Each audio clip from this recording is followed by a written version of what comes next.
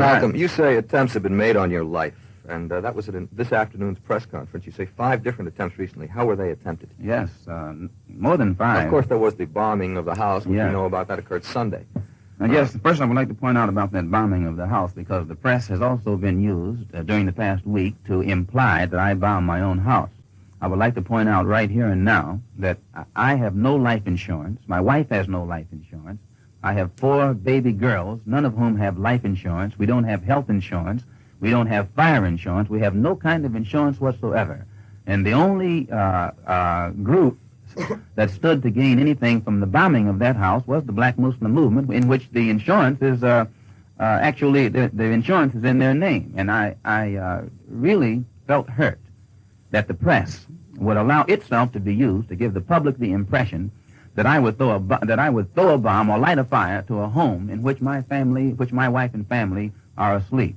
The deputy chief fire marshal, I think his name is Vincent Canty, pointed out to me in the presence of witnesses on that same night that a fireman picked up a bottle of gasoline from my living room that had not exploded.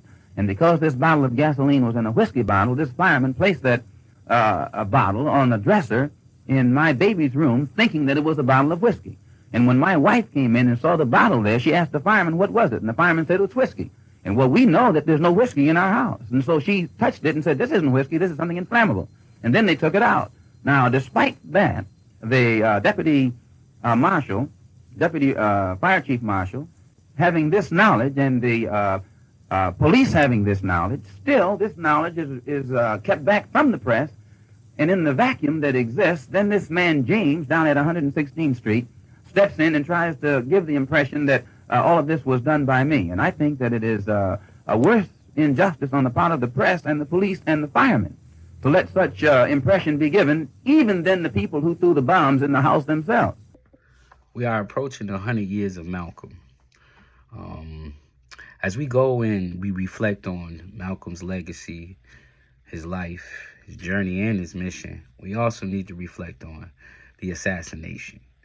How Malcolm took off this earth, why Malcolm took off this earth, and who's to blame for that, most importantly. Now, I can remember being a kid back in the day when me and my brother, we used to do things and we used to finger point, Now, needless to say, we both got our ass whooped, but my mother really never knew who really was the culprit of whatever it is we done, you know what I mean? And this is the situation I see. I see finger pointing, right? So it's been a lot said over the years, but nobody really listened to Malcolm, So I dug up speeches, shout outs and thanks to my big brother, Omar Shabazz and Baba Zach Kondo. I like to think that I'm students of these guys. These guys have done the groundwork for me or anybody to come behind them and, pick up or help out with, some of the research that they've done, So I'm just a student, and I want to present this argument. We need to have this, not argument, but this conversation, about accountability. In my world, in the Black nationalist world, Dr. Khaled and Malcolm, are our shining prints, and to think that both of them went out without any clear explanation, any final conclusion, is a travesty, to our movement. So this is a series I'm going to put out. This is a part 1. And in this series, we're dealing with the bombing of Malcolm's house. And let's listen to what Malcolm had to say about the situation, how he felt at that time. Let's not approach this with emotions, but more logic. This is a sticky topic that we're dealing with. And a lot of times we have relationships with people who find themselves overly emotional. So as we proceed with this series, I just ask that, we let cooler's head prevail.